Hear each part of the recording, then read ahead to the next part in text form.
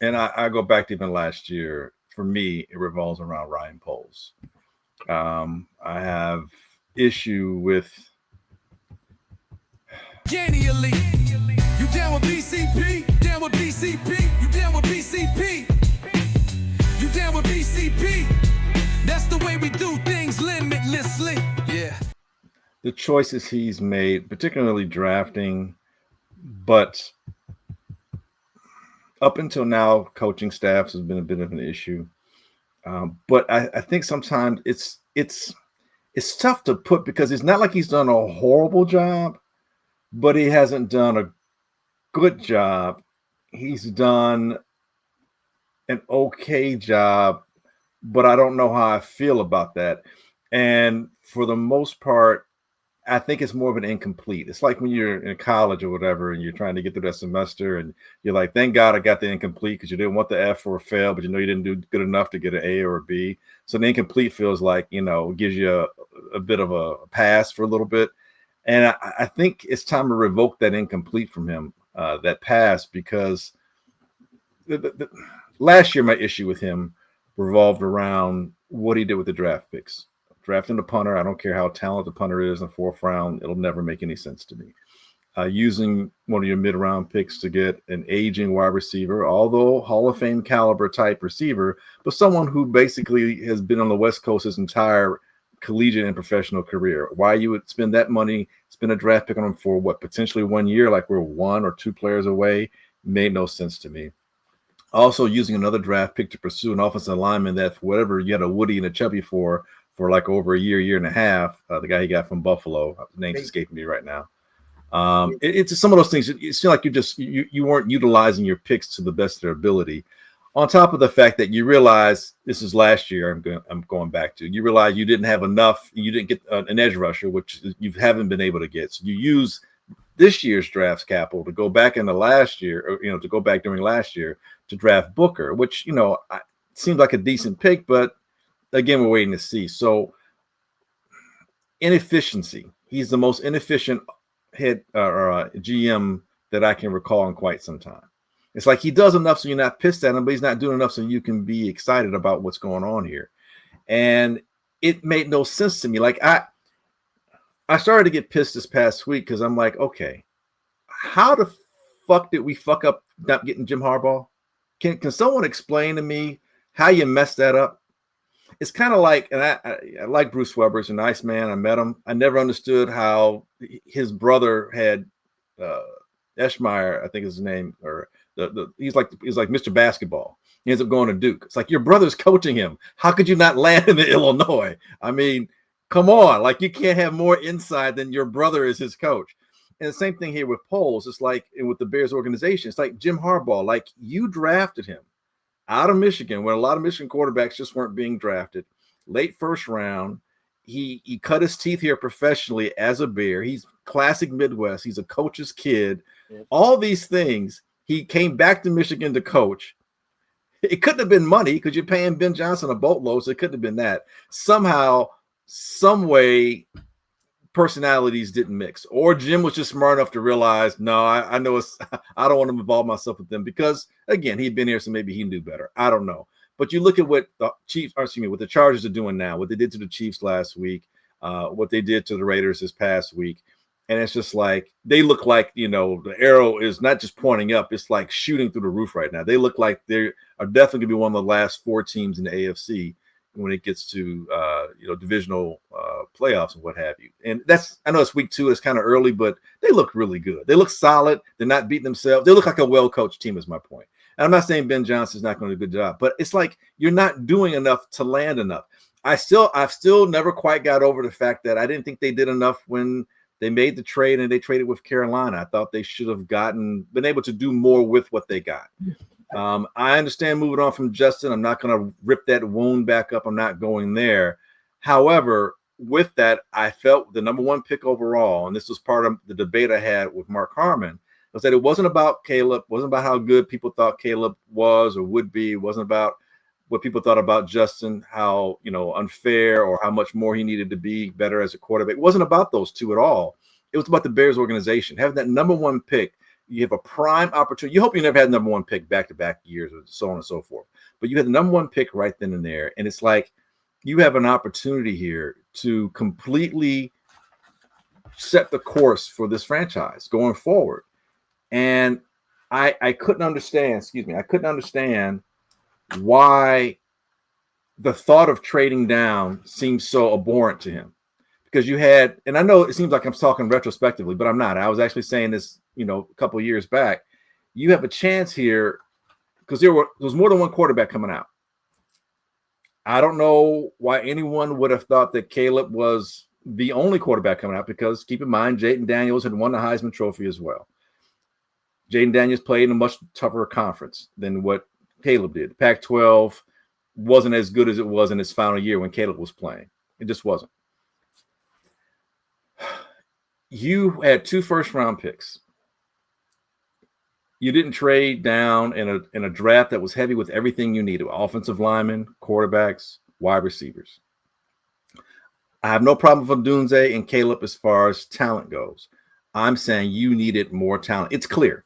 The Detroit Lion game should prove to everybody we're not even close. We're not. I like the fact that the Lions beat the shit out of us. I do. Because when your brother beats you up, you feel it more, because your brother's not going to lie to you. Campbell's, he's not going to lie to you, to Ben. Ben took that beating, and it was like, this is the best thing for me. He did the Bears a favor. Because it's like, look, there's no way you can excuse yourself out of this one. You can't delude yourself into thinking that you should have, could have, maybe won that game, like week 1 against Minnesota. We had a double-digit lead. We let that one slip away. We were so close. Detroit was like, nah, son, you're not close. And here, this is what it's like to play real football. This is what it's like to execute. This is what it's like to X, Y, Z, so on and so forth. And Johnson was pissed. You could tell, pissed, embarrassed, but it did him a favor, because now any and everything you say, the players, they can't argue against it because they look like crap. Everybody did horrible. Special teams is the only unit that looked pretty decent against Detroit. And that means that they're being utilized way too much, probably, so you get a chance to actually see how well they were performing and executing. So once again, you're not doing enough. I was pissed, and this is polls. Everything's polls related. Going back, I'm bouncing back and forth between last year, so just bear with me. I was pissed last year right after the Colts game, which is like, I think, the second game of the week, or second game of the season last year, excuse me, because it's like you got away with winning the Tennessee game, which you probably should have lost.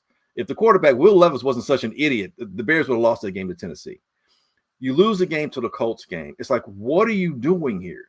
And then that same week, that Thursday night, we see, or Monday night, whatever game it was a primetime game, we see Jayden Daniels throw this game-winning pass with pressure on him against the Bengals, a perfect pass over the outside shoulder, in the end zone to McLaren. And it was like, what the hell is going on here? The ball off to the lineman was a goofy play, was a little bit of hubris. And then, obviously, Stevenson didn't help Matt. Glynn is starting to fall off the rails. The connection's sorry. No, connection-wise. Topic-wise, connection-wise, right. Logic-wise, you're spot on. But I don't know if there's a way for you to check your connection. I'd say keep it running. If it happens again, I'll let you know. But I want everyone to hear what you have to say, because I feel like it's spot on. So again, as far as with Daniels, by the time the Bears lost to Washington, I had lost my shit for the most part, because how can you explain an organization that basically had to completely, restructure itself from the owner on down to the last player chosen? And yes, a lot of things had to go right, and Washington, things went well. I'm not, yes, all that stuff, but it's embarrassing. And so the following week, the Bears followed that up with a complete turd against the Patriots at home. So in 2 weeks.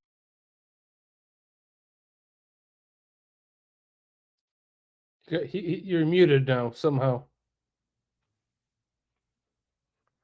There you go. Got me?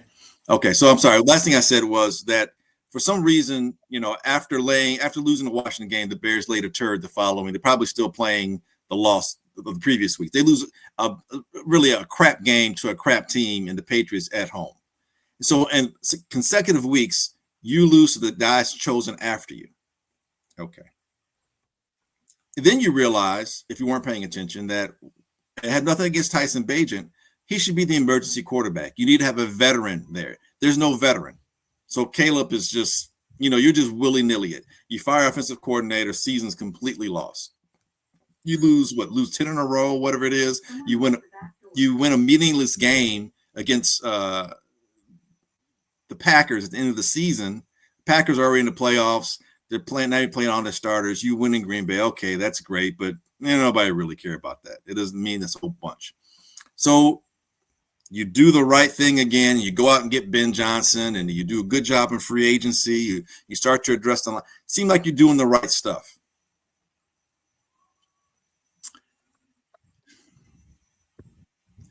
You still don't get an edge rusher. You draft the offensive lineman for what like to be a right tackle, because you spent a first round pick on that. Trapillo really isn't a left tackle. How are you going to make that work? Are you moving right over to left, or what are you doing here? Glynn, I hate to interrupt and interject on you here because, again, you're spot on, right? I want to present this to you before it gets lost in translation. I was told that Jonah Jackson is your worst offensive lineman right now. From the eye test, he just looks terrible. Right guard, right? Yeah. What do you think, and you don't have to answer this if you want to continue, but what do you think about kicking Darnell Wright from right tackle to right guard and playing Ozzie Trapillo at his, call it, God-given position of right tackle? Oh God, this guy. At this point, I think try anything. I really do. When you do that, understand that you're still going to have a lot of problems because your synchronicity on the offensive line is going to have to take time to mesh. You're going to have to figure it all out. You're losing some veteran presence, and although Jackson may not be performing well per se, there's still things that he understands and knows, particularly how that offense works. He's the most seasoned person in that offense. You're going to have issues on the right side, and then you may have some issues on the left side as well. So, excuse me one second. Yeah, I like the answer. Yeah. I don't know, for my money, so guys, his I think that like, Darnell Wright's your most talented. No, my I'm sorry, guys. My daughter, who just drove into town real quick, came in and gave me a quick hug. So not that anybody cares but me, but yeah. And I apologize. I know I'm rambling. I apologize for cutting you off, Carl. But yeah, man, I think it's a good move for the longevity of wherever you might want to go, because you have some good size. I mean, it potentially could be a side that you run to more often. You have a more athletic right side. You've got some size over there. It can work well. It's going to take some time to get that kind of synchronous. I mean, at this point, you're not going to be much worse than what you have been. So take the chance now. Yeah. 1 second, guys. I got to get my battery going. But I'll say this right quick, and I went on a rant. I apologize, but Poles is a person I have issue with. Never apologize. And I'll say this. Came on for a rant, so please get it up with. I'll say this. I think at this point, right now, I think you should trade DJ Moore. Excuse me. I think you should trade DJ Moore. I love him. I like him a lot. But if you're not going to utilize him, and you keep throwing him, you keep trying to make him a running back or whatever it is you're trying to do. You're talking about a guy that right now, after 2 weeks, he's way down the NFL chart. I think he only has 11 receptions or 11 targets on the season, I think. Something crazy like that. Or maybe 11 receptions on the season. Him and Zacchaeus are tied. Dunze I think he's top 10 right now, at least, after last week ended, he's top 10 as far as receptions go. I think he was like at ninth overall, and he was tied for number one with touchdowns. So clearly Caleb and he have a rapport going on. But with DJ hasn't had a good year since Justin left, and neither has Komet. I mean, Komet is on a milk carton. I mean, where the hell is he? And it's not his fault. I mean, you got him blocking. I mean, utilize him. You have Komet and Colston combined have 9 targets combined. Tyler Warren has like 11 receptions or 10 receptions. I think about 16 to 17 targets by himself. No touchdowns from your tight ends at all. And this is supposed to be an offense that's 12 personnel. I was just about to say that. what are we doing here? And some of that, this is where you start saying, this is on Caleb, this is on Ben, it's on everybody. Mm-hmm. But everybody at some point to me starts pointing up the polls and tell me again, explain to me how this guy gets rewarded. I mean, I wish I could be rewarded for that amount of ineptitude in terms of your win-loss record. Well, Can I spin that, Glynn? I have a lot to add to that when you're done. I wanted to just spin it real quick for Glynn, because how can we go from not having a competent offensive line for Ryan Poles' entire tenure to essentially, on paper initially, they tried to get 4 new starters. Obviously, Ozzie Trapillo did not work out, and I could go on a long tangent and embarrass myself on that one. But again, all these moves, you're drafting a tight end, 10th overall, first 3 picks of the NFL draft are offensive players. For my money, I think that Ben Johnson has a very, very, very loud voice in the personnel department, to put it lightly. So, well, I agree with you. I had to go my hotel notepad and pen to write down so I can remember how to respond to you on all this. Please go. Well, here's the thing. When you do what you did in free agency, the Bears, in terms of getting offensive line, you supposedly addressed their interior, and you're looking to your left and right tackles as being young, athletic guys with some potential upside. And I'm a guy that you're hoping, I would assume that they were hoping would be healthy and have a full training camp and could press for. And then you still got Theo Bennett as well coming back from an injury. So I think they're believing the thought was one of these 3 will make the decision for us, but we should be good on the right side and we've got the interior. I think they overcorrected a bit. When I say that, I mean in terms of pass protection. Justin Field was under the gun pretty much his whole tenure here, and we saw Caleb be sacked 68 times. So that would mandate, like, okay, well, we need to get better pass protection. I think they got guys who are decent at pass protection, but I don't think they're really good run blockers. And so a team that was pretty good running and led the league rushing, a few years back, and then was like top 4 the following year, now has fallen off the rails. And for Ben Johnson's offense to work, you need one where you can run the ball. Otherwise, your play action just kind of falls flat because no one's going to honor your ability to run the ball. So now you're having to keep your 2 tight ends in to block more because you're not getting the push running. And so now they're not in the pat. So now everything is just falling in and caving in on itself, which again points to the general manager. And this is the last thing I'll say on this super extended semi-rant. You asked Jalen Johnson, like 2 things. First thing, you asked Jalen Johnson to, maneuver some money around, to agree to a restructuring so you can have some money. To do what? What have you done since you've done that? We've watched Green Bay. Zadarius Smith go to where did he go? The Lions? No, he went to the Eagles, and then Clowney, who we're going to get an up close and personal look at on the Dallas Cowboys. Go off, Glenn. Yeah, I mean, Clowney, he's a little bit long in the tooth, and I think you're just going to get a guy that won't give you much of a pass rush, but can hold up at the edge, whatever. You sort of kind of have that a bit, but you want more of a pass rush, at least even in spots. And Zadarius definitely would have given you that. And you just watch your neighbors to the north go out and get Micah Parsons. And then you need running backs. We're going into the last 2 games with just 2 running backs. What the fuck is that all about? And could have had RJ Harvey instead of Ozzie Trapillo. I got it all loaded up in the arsenal for you, Glenn. Exactly. And I like Harvey, coming out of, I believe it was UCF. They got a song about the kid. I watched his film. He really impressed me. The kid's great. I'm glad he's in the Broncos. He's going to win some games for him. Yeah, and I played with him on the video games. Pretty good.